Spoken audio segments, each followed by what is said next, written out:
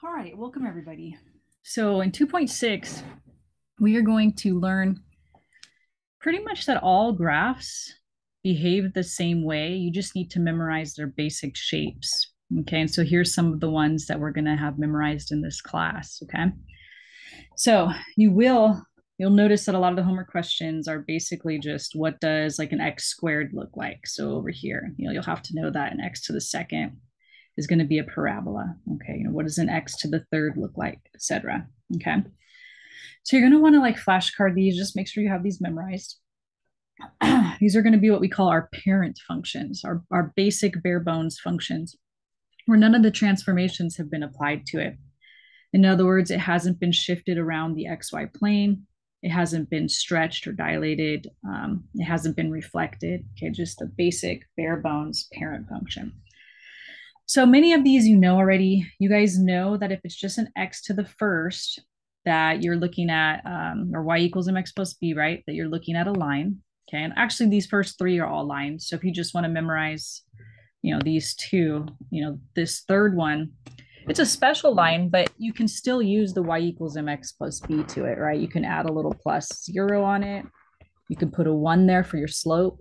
So you know it goes through 0 on the y-axis and it goes up 1 over 1 to your next dot, up 1 over 1, etc. So I mean, as far as memorizing, I probably would just memorize the first two because my brain can only handle so much, information. All right, and then absolute values are going to be V's. They might be right side up or upside down, but they're going to be a V. We've already kind of alluded to the fact that an x squared is a parabola in a couple other sections here. And an x cubed, I like to think of it as a parabola, but this side over here has been reflected down over to this side right here. And that makes sense to me because for an x squared, when you plug in negatives, you get out positives. And that's why this entire thing is above the x-axis. But for an x cubed, when you plug in negatives, it actually stays negative because a negative times a negative times a negative is still negative. So that means if I plug something in, like let's say -2, I'll be below the x-axis. Okay, so x squared should all be above because when you square something, it's always positive. X cubes, the negative side should be negative. Okay. It's going to be helpful to think of a square root graph as half of a sideways parabola. The other half's right here, right? It's kind of missing that. And that's because when we square root numbers, we don't get negatives out, right? The square root of 4, to put that into your calculator, sorry guys, is the number 2, right? You're never going to get a negative out of a square root. And so you won't see anything down here in where we have negative y values. All right. And then the cube root, it's kind of like a cubed, but on its side, right? This cube kind of wiggles through and this little, almost an S kind of thing through the origin. Well, this one does the same kind of wiggling through, but it just does it on its side. So it's very easy to remember. And then the reciprocal function, which is these two branches, one in quadrant 1 and one in quadrant 3. Okay. So those are the ones that you're going to want to have memorized. Now, let's go in here and take a look at our first type of transformation. So the first type of transformation that we're going to talk about is a translation. So a translation is when you're basically just picking up the graph and shifting it around the XY plane. You might move it up to right 5, the whole graph. Okay, so that's what we call a translation. So looking at any given function, you can tell if you have a vertical translation or vertical shift if a constant has been added or subtracted to the back end. So what that looks like. So let's give you a couple examples of a vertical shift.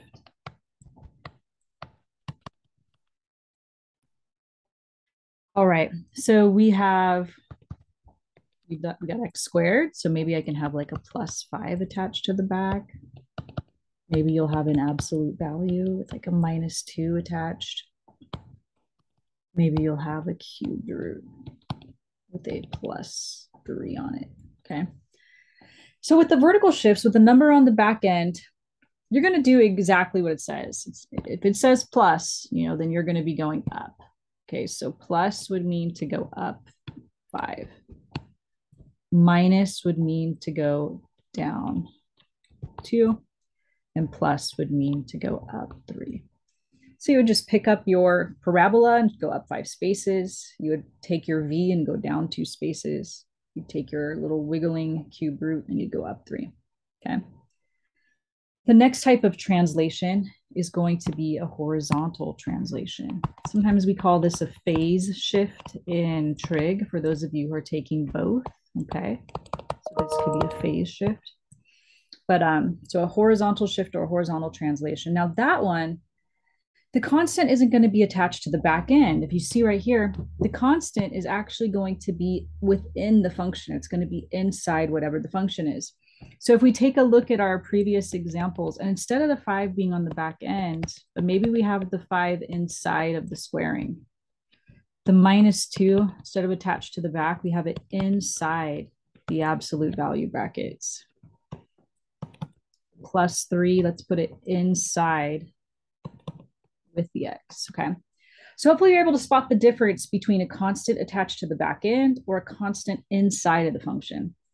Now, I always tell people that the vertical shifts, the constant on the back end is telling the truth. The horizontal shifts are telling you a lie. So instead of +5 going to the right, because you would think right is positive, right?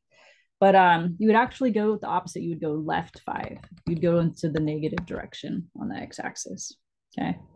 You would think -2 would mean go to the left, but nope, it's going to mean go to the right 2 spaces. And you would think +3 would mean to the right. No, it's going to go to the left. Okay. So I always like to say these things are telling the truth, the vertical shifts, and these the horizontal shifts are telling lie. Okay. All right. So let's take a look at some examples, see if we can apply this. Okay. So we're going to go ahead and t-chart the parent function. So that way you guys know exactly. I mean, we know a square root graph is half of a sideways parabola. But let's get a couple specific dots on it. Okay. So when you substitute in 0, the square root of 0 is 0. So we know that 0, 0 is going to be on the graph. I'm going to put them on both graphs, you guys. Okay. We know that the square root of 1 is 1. So 1, 1, 1, 1. And I probably wouldn't do 2 or 3. I would probably do 4 because I can square root that easily. So 4, 2 is going to be on our graph. 1, 2, 3, 4. Okay, so right here at 2.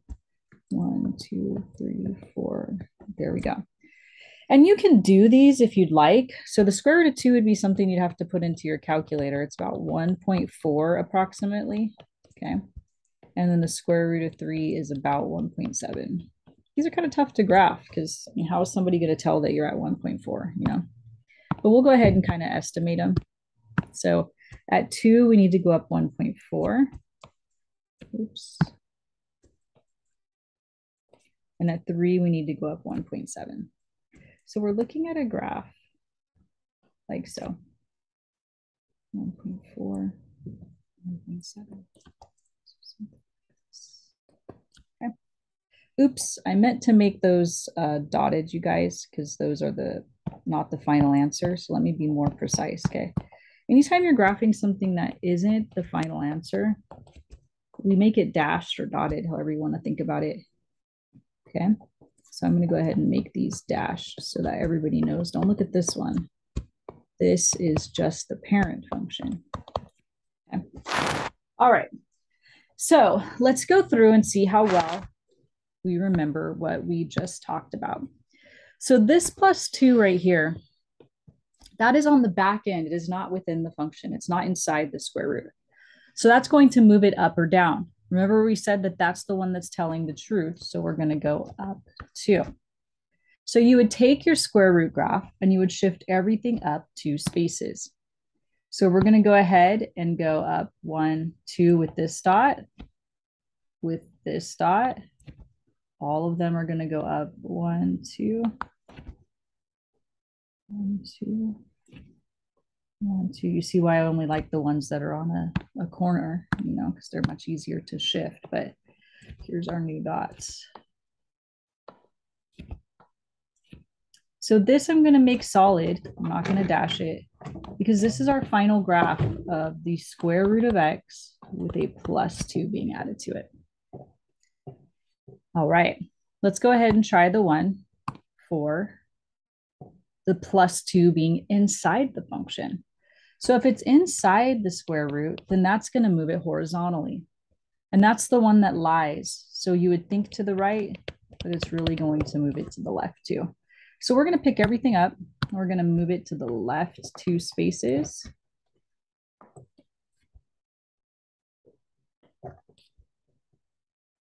Oops, I went a little too far with that one. Sorry. Decided there. All right, so we're going to put our dots in.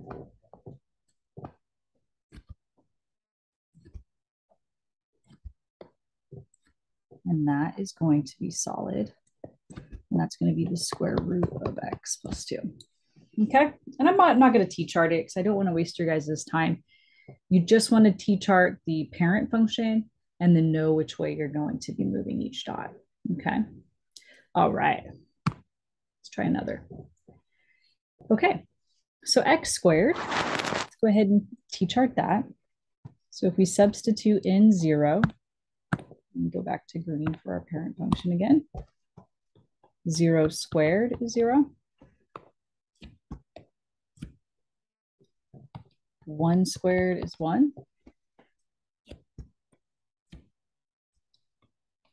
2 squared is 4. So 1, 2, and up 4. 1, 2, 4. And these others will be off of the graph. So let me change this to a -1 and a -2. If we have a -1 and we square it, it's still 1. So -1, 1, -1, 1. If we take a -2 and we square it, we'll get a +4. So -2, 4, and -2 up 4. You got that mirror image. You're always going to have that mirror image when it comes to a parabola. It has symmetry to the y-axis.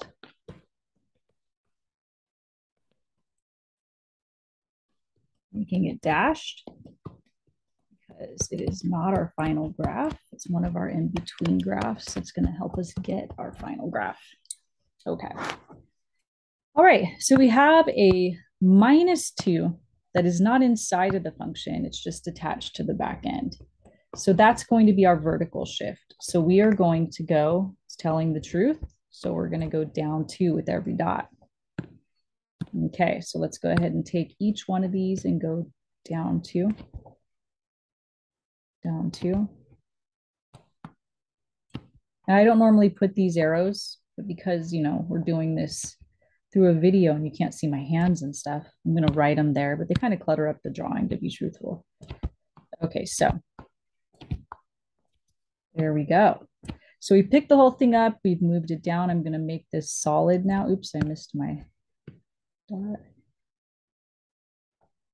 There we go. So that's going to be the graph of x squared take away 2.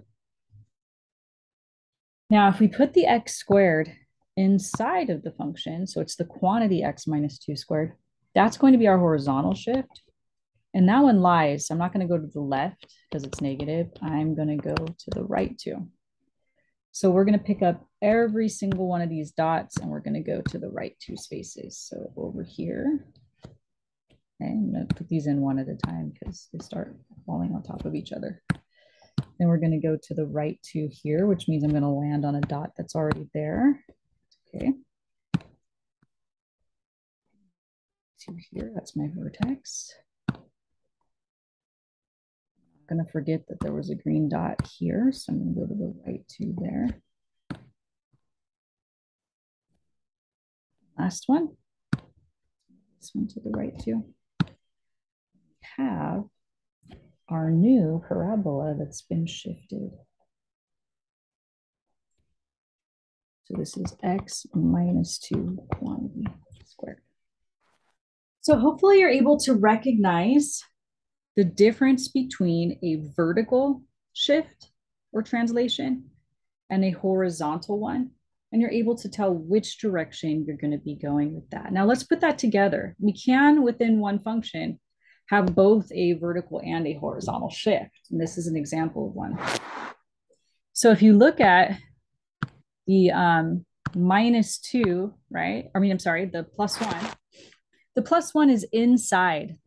That is the one that's going to move it horizontally, right? And that's the one that lies.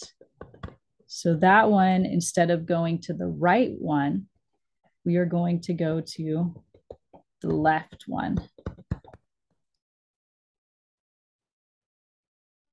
Okay. And the -4, the constant attached to the back end, that one is telling the truth. So we're going to go, and it's the vertical movement. So we are going to go, I'm sorry, negative would mean down, right? So we're going to go down 4. So what you would do is you would say, okay, how do I graph this thing? Well, let's start off by the parent function. So the parent function is the basic function of that type where you've taken away all of your transformations. So you can see if we took away like the +1 and we took away the -4, we would just have an x squared, right? So x squared is going to be our parent function. So we are going to graph y equals x squared, which we know is a parabola. 0 squared is 0, 1 squared is 1, and 2 squared is 4. Remember, we have a mirror image on the other side, so just copy that. So this is going to be dashed. And we are going to pick up every single one of those dots, and we're going to go left 1, down 4 with every dot. So we will go left 1, down 4. That's going to be our new dot. I'll put it in red, I guess. No, I'll do it. I'm going to do it again. Left 1, down 4.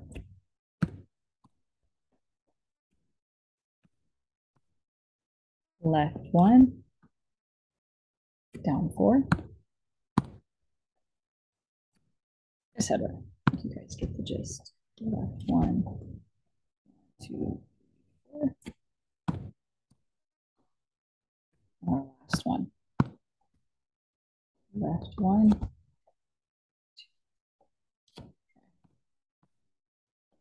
Go ahead and draw this solid.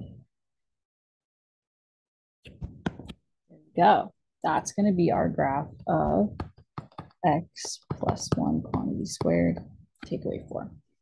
Okay. So it's kind of nice that these all behave the same way. It doesn't matter if it's a absolute value or an x squared. Same thing is going to happen. So we're going to go, this is going to be the horizontal movement since it's inside of the function and it lies. So we are going to go to the right 2. And this one is the vertical movement. It tells the truth. So we're going to go up. Let me put that in. So we're going to go right 2, 3. So let's figure out what our parent function is. So our parent function for this one, we took away all of the transformations. It would just be absolute value of x. So for absolute value of x, you want to get a few points. If you don't remember what it looks like, you can always just t-chart it. Okay, maybe t-chart some negatives too. You might remember me saying it's a v. You do want to memorize these. So the absolute value of 0 is 0. The absolute value of 1 is 1. The absolute value of 2 is 2. Negative 1 is 1. Negative 2 is 2. So our v is going to look like this. 0, 0, 1, 1, 2, 2, negative 1, 1, negative 2, 2, etc. So you're just going to have a nice v like so. And I'm going to use my line function to make this kind of pretty. Oops, I need it to be dashed though. Here we go. So this is just us graphing the parent function, absolute value of x. we are going to go right 2 up 3 with every dot. So right 2 up 3, right 2 up 3, right 2 up 3, right 2 up 3, etc. Right 2 up 3. And from there, you can probably just tell where the rest are going to go once you've gotten the V, the vertex going, then you're pretty good to just kind of do the rest. All right. So I'm going to make my V.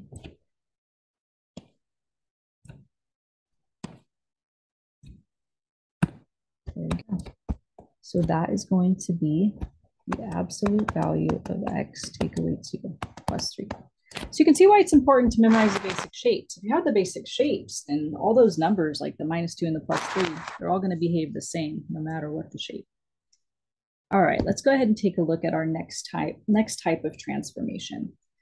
So our next type of transformation could be called a dilation, like your pupils dilating. Your pupils either stretch or shrink, right? Depending on the light. So these are stretches and shrinks, also another term for it. And so you can tell if you're going to have some sort of, stretch or shrink if there's a constant that's multiplying.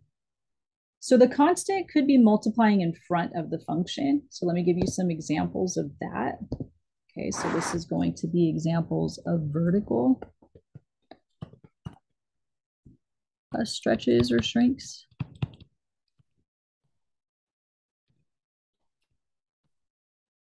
So let's take our same functions as last time. We'll have our x squared, but we'll throw a 2 in front of it. We'll have our absolute value of x, but we'll put a 1/3 in front. We'll have our cube root again, right? But maybe we'll have like a 5 in front. Okay.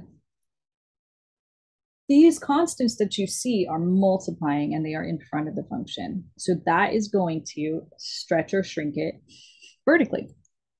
Now it's going to be telling the truth again. So this multiplying by 2, you could guess whether it's stretch or shrink it. I think most of us would guess stretch, and it is. So it's going to stretch by a factor of 2, right? 1/3, well, you would probably think shrink, and you're right. And then multiplying by 5, that's definitely going to stretch.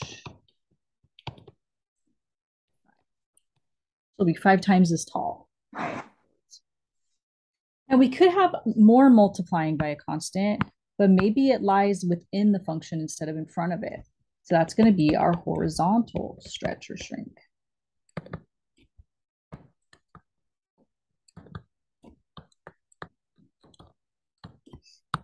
Now this one lies again. So let's say we have our functions. The 2 is multiplying inside the function. We got our function. The 1/3 is inside. 5 is inside. Okay.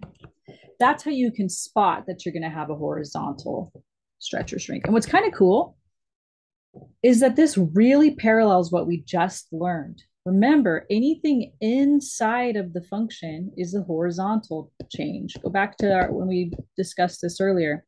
If it was inside, it was horizontal here as well. And it lied to you. Guess what? This one's lying too. So if it's inside, it's always lying. So you would think multiplying by 2 would mean that it's going to stretch it. But remember, the stuff inside lies. So this is going to shrink. Okay. Shrink by half. Okay. 1/3 you think would mean shrink, but this is going to stretch by half. But this is going to be horizontally. Keep that in mind. Stretch by 3. And this one is multiplying by 5, you think would mean it's going to stretch, but it's going to shrink by 1/5. So you should expect it to be 1/5 of the size horizontally. We'll show you what that means in a second. But I just want to make sure based off this screen that you guys can recognize whether it's going to be vertical because it's in front of the function, or if it's going to be horizontal, it's inside of the function. The verticals always tell the truth, just like before they told the truth too. And all the horizontals are lying, right? So let's take a look. All right. So let's graph our x squared. We've done it a few times. Plug in 0, you get 0. 1 squared is 1. 2 squared is 4. And mirror image the other side. We know it's a parabola by now, right? I think they have almost room for 3, 9. Yeah. Yeah, we'll just leave it, okay? All right. So this is our dotted graph because it's not our final answer. Okay.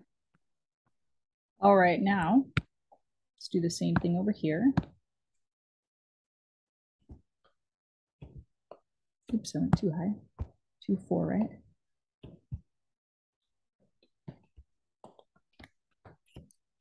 And mirror image on the other side.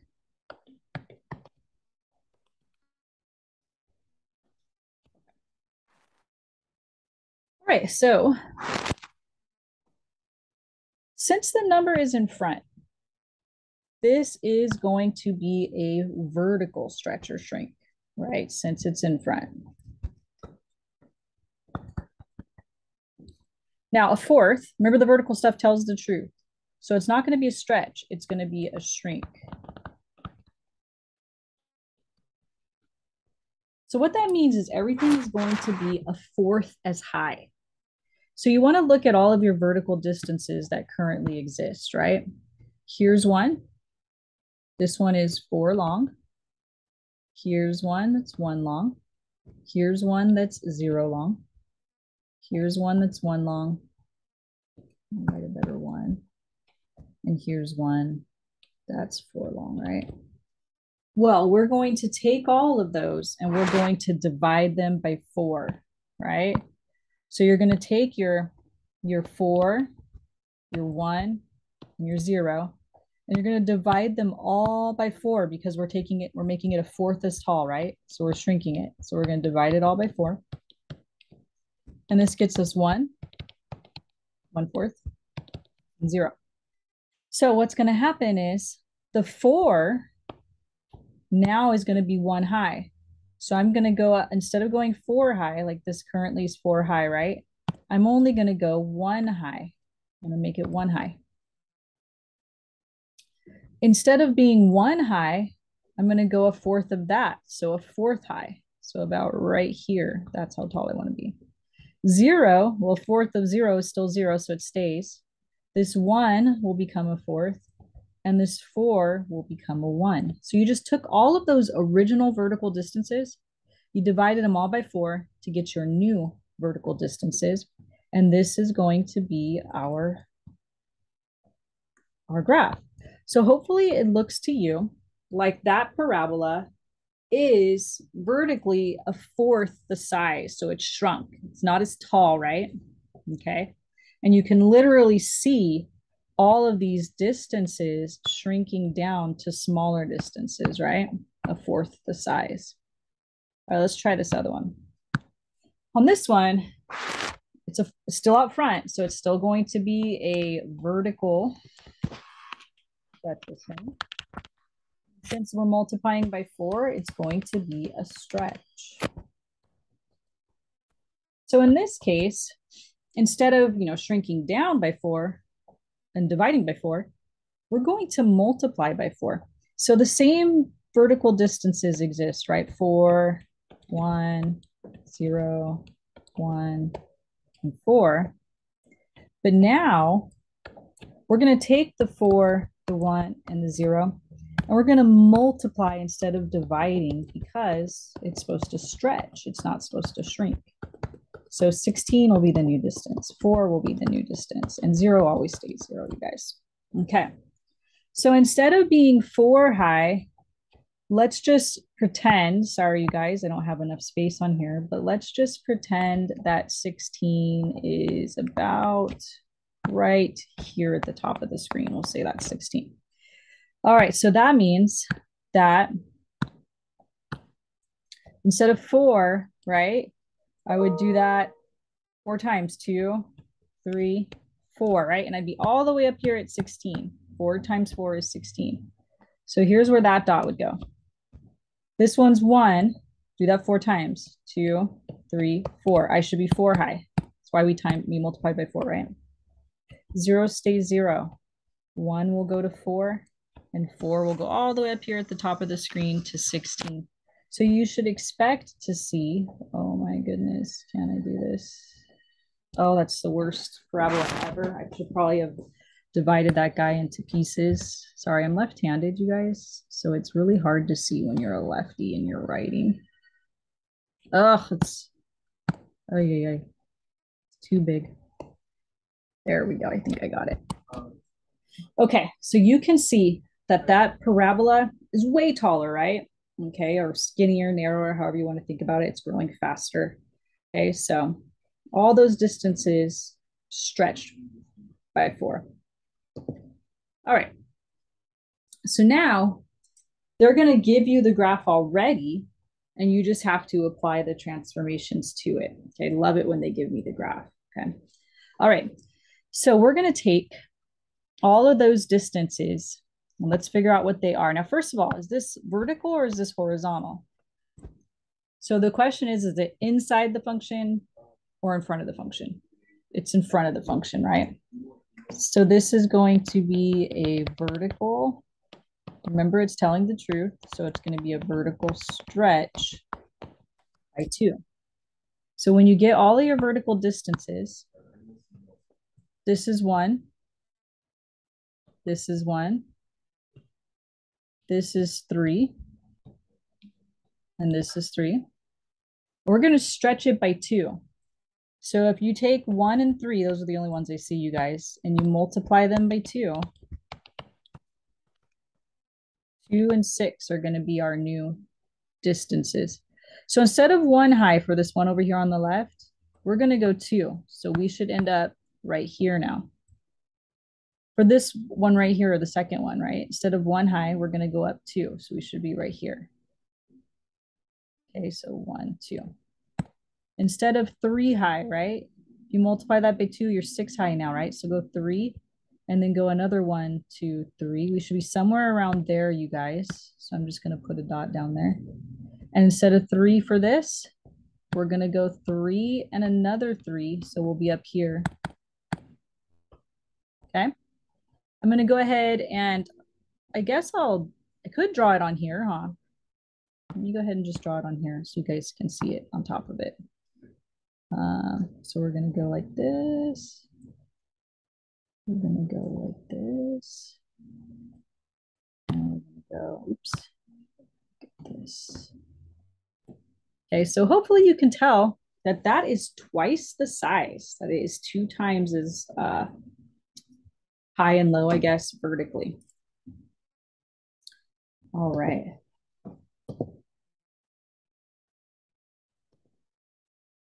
Okay. So now we're in our last type of transformation that can exist. We can translate, we can stretch or shrink, and we can reflect. So those are going to be our 3 types of transformations. All right, so just got to memorize basically that if the negative sign is in front of the function, that you're going to reflect across the x-axis. If the negative sign is within the function, then you're going to reflect across the y-axis. And I tell my students that most of them already kind of knew this, because coming in, a lot of people know that x squared looks like this. And then when I ask them what negative x squared looks like, they say it faces downward. Well, if you look at that, then you already know that when you put a negative in front of the function, it reflects across the x-axis, okay? So if you know a negative out front reflects across the x, then it must be that the negative inside reflects across the y.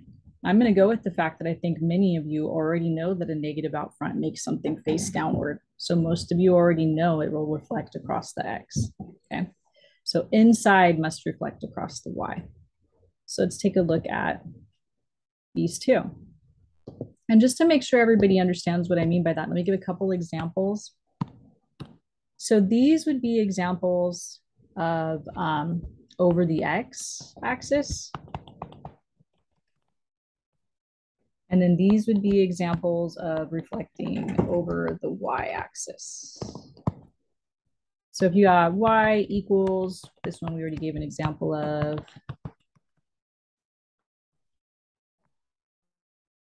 We use our 3 from earlier, right? Okay. So that means that this would be a parabola, but it'll go this way, right? This would be a V, but it would face downward instead of upward. Our cube root, let me write the regular cube root, because we probably don't remember it, a lot of us, goes like this. But if we're going to reflect over the x, then we will go like so. So that's going to be your negative cube root. Okay. All right. Take those same exact functions. How can I make them reflect across the y? Well, the negative would have to be inside of the function. Have to be inside.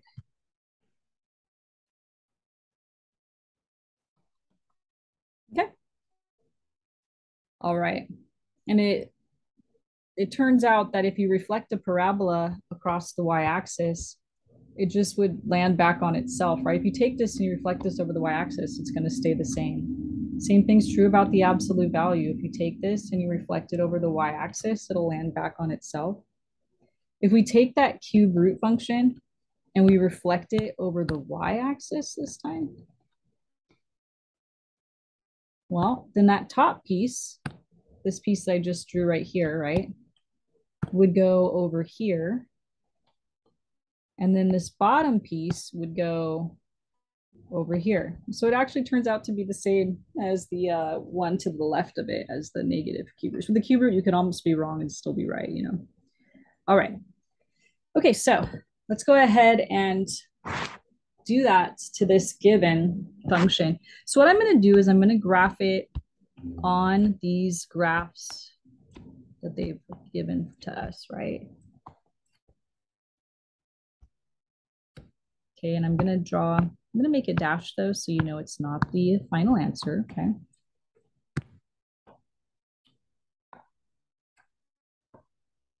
Okay. All right, we just got to figure out what's happening. So pop quiz yourself. Is this negative going to make it reflect across the x or across the y?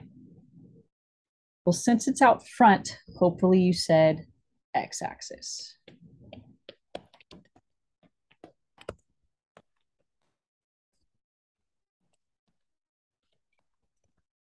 So we're going to take each one of these dots and we are going to reflect over the x-axis. Well, 0 will stay at 0. This one that's 1 away from will still be 1 away from the x-axis, so it'll go here. This one that's 3 squares away will have to go 3 squares away on the other side. So right here, 1 square away, 1 square away. So right here. So I'm going to make this one solid because this really is our final. Oops. And hopefully you can see that nice, pretty reflection happening over the x-axis. Okay. So we probably don't have to think too hard on this one. The negative sign is inside of the function. So that means that this one's going to reflect across the y-axis.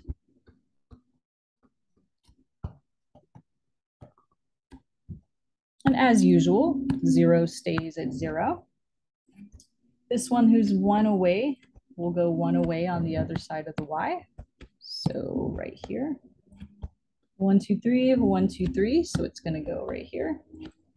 And 1, 2, 3, 4. So 1, 2, 3, 4. We'll go here. So we've got, hopefully there you can also see a very nice reflection over the y-axis. Cool. So here is a summary of everything that we've said on one slide, okay? Let's put it all together and do everything that we can to these. Okay, so there's some tough ones in here. Okay. All right, so I always like to say RST. You want to do it in that order. So you want to go reflect, stretch or shrink, and then translate. So you want to do your reflections. Then you want to do your stretches or shrinks. They're both S words, so I'll just use the one S. And then you want to do the translate. Okay, so this one already graphed the parent function for you. Hopefully you know the absolute values of B. And you're always just going to be going up 1 over 1, up 1 over 1, up 1 over 1 for your slope. Okay. All right, so what we're going to do is we are going to start with that guy. And we're going to do the reflection first. So instead of it facing, upwards, we're going to have one that faces downward. So I'm going to go ahead and just draw that, you guys. And I will draw it, let's say, in a light blue.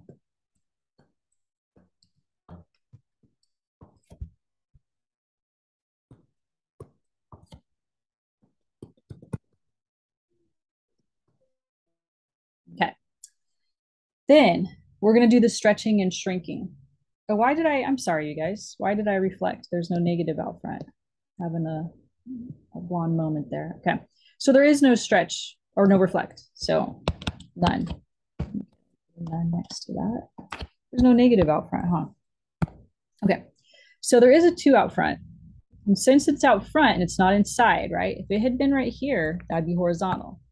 But it's out front. So we're going to have a horizontal stretch. A vertical stretch. You guys, I must be getting tired. So remember, if it's inside, it's horizontal. If it's in front, it's vertical.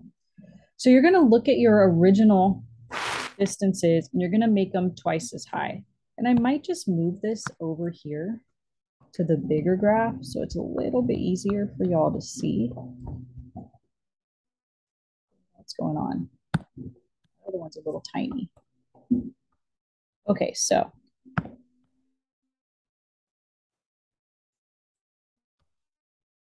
all right, let's get all of our vertical distances. So this one's a vertical distance of 1. So it's going to become a vertical distance of 2 because it's going to be twice size. This one right here is a vertical distance of 2. 2 times 2 is 4. So we're going to go ahead and go 4 high. I'll be right there. Oops, I meant to pick dark blue. There we go. The next one is a vertical distance of 3. Multiply that by 2, and you should be 6 high. So I'm going to go 3, and I'm going to go another 3. We should be right there. That's running out of graph paper, so I'm going to stop. 0 stays at 0. And I think we can see that we're going to have on the other side a mirror image. So I'm going to go ahead and copy the mirror image, okay? So we multiplied every vertical distance by 2 to get this taller V.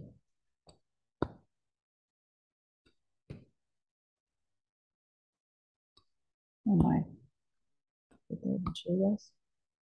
There we go. Okay. So we got this taller V. All right. So we've already done the stretch. Okay. Now the translate. So we have to move this guy around. Let's figure out what kind of translations we're going to be doing. Inside is always the horizontal, right? And this is the one that always lies. Okay, let's put horizontal lies. So that implies that instead of going to the right, because it's positive, we're going to go to the left one. And the -3 that we're looking at, that's on the back end, right? Let me put an arrow for this guy. Oops, I stayed orange. Let me go back to blue. There we go. This one tells the truth, right? And this is vertical. So we're going to be going down 3. Negative, you would think, would mean down, and it is going to be down. And we can do this in one shot. We'll do both of these in one shot.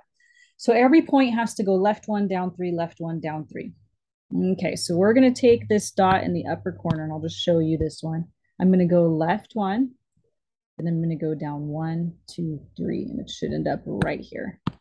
I won't put the other ones on here because I don't want to crowd this too much. So every blue dot goes left one, down three, left one, down one, two, three, left one, two, three, etc. Right? This next blue dot, left one, two, three, left one. If I can find them. Left one, two, three, and then left one. Right there. You'll be able to tell if you messed up, you guys. Trust me. You'll be like, that shape looks funky. It's not how it's supposed to look. All right. Good thing you were here with me because it is sure crowded on this slide, huh? All right. So that one's solid because that is our final. RST, it's like the alphabet, right? RST, do the reflections, then do the stretching and shrinking, then do the translating. Okay, let's take a look at this. So they helped you out. They gave you that the parent function is the square root of x. Again, I'm probably going to put that on this larger graph. The square root of 0 is 0. The square root of 1 is 1. The square root of 4 is 2. So there's our square root of x. Let's go in and do the reflect. There is one, right?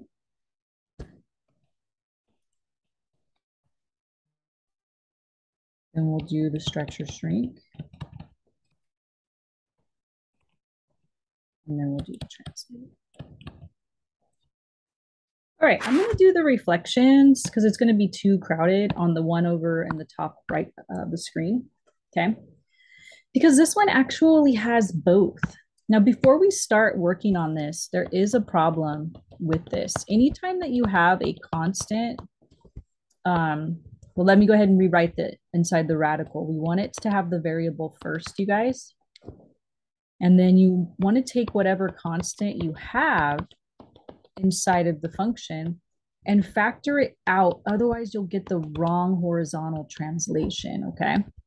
So it's going to actually become a -3. And that is so important because that's going to change the direction versus a +3, right?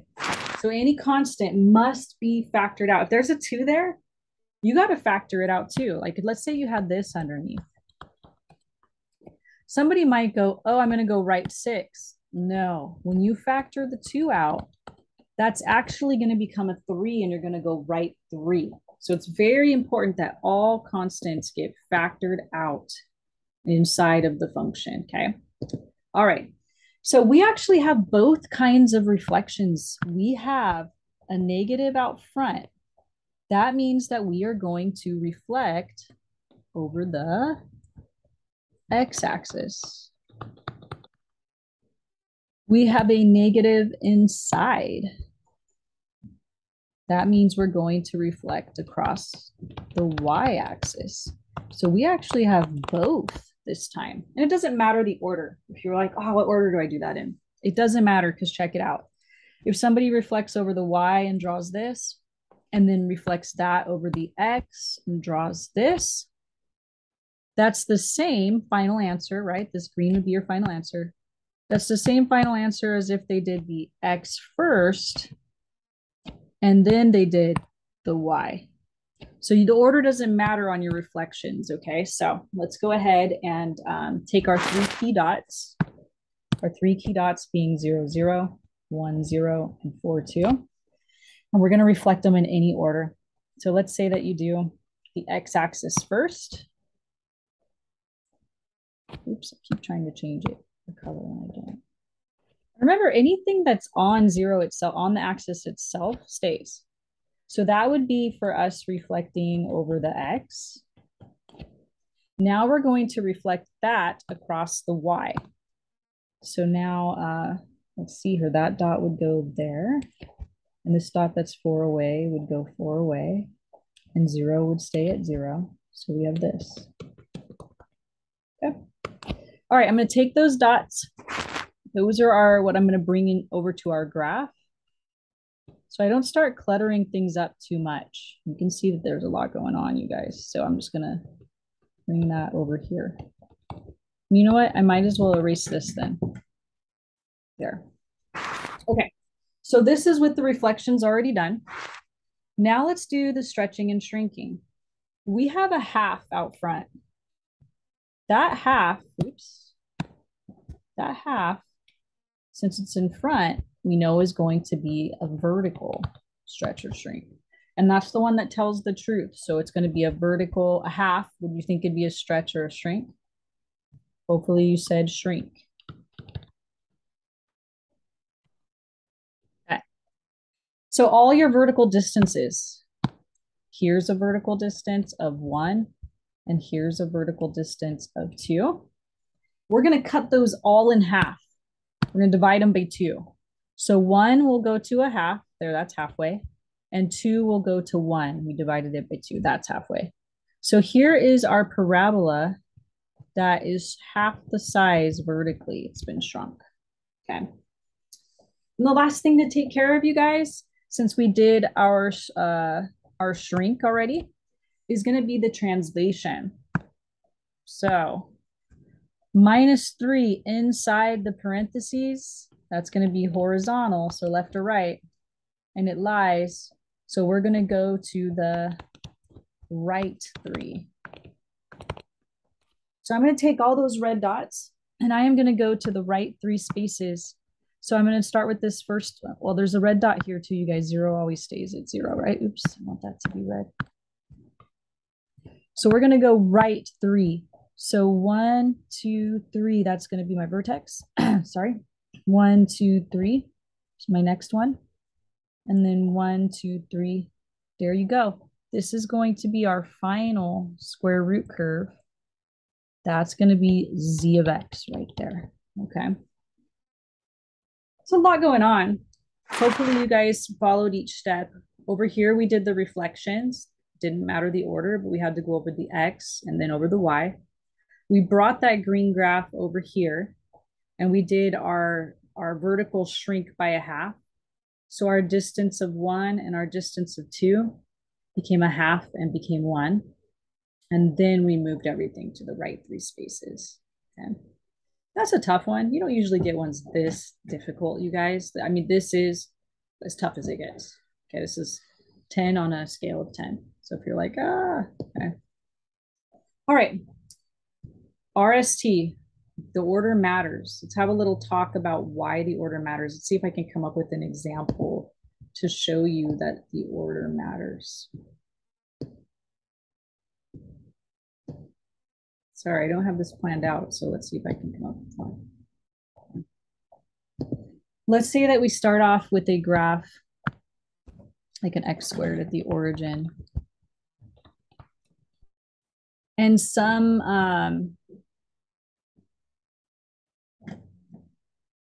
yeah, okay, let me do another one here. I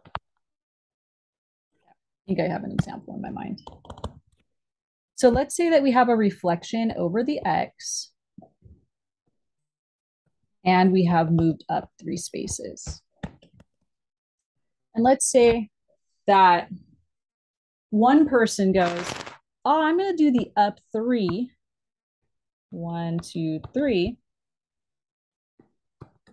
And then I will do the reflection over the x-axis. Okay, so we know that this means up 3. And we know that this means reflect over x. So if I reflect over the x-axis now, then the blue graph will come down here to -3 and will end up here. That would be, oops, I picked white. I wonder it wasn't showing up. That'll be this. Okay. That's the final answer for that one. Now let's say this other person doesn't do the up 3 and then the reflect, but they do the reflect and then the up 3. So if we reflect this over the x now, we'll be here, right?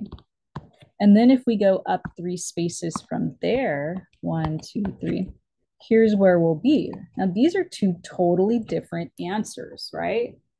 So we have to have like an order of operations, if you will.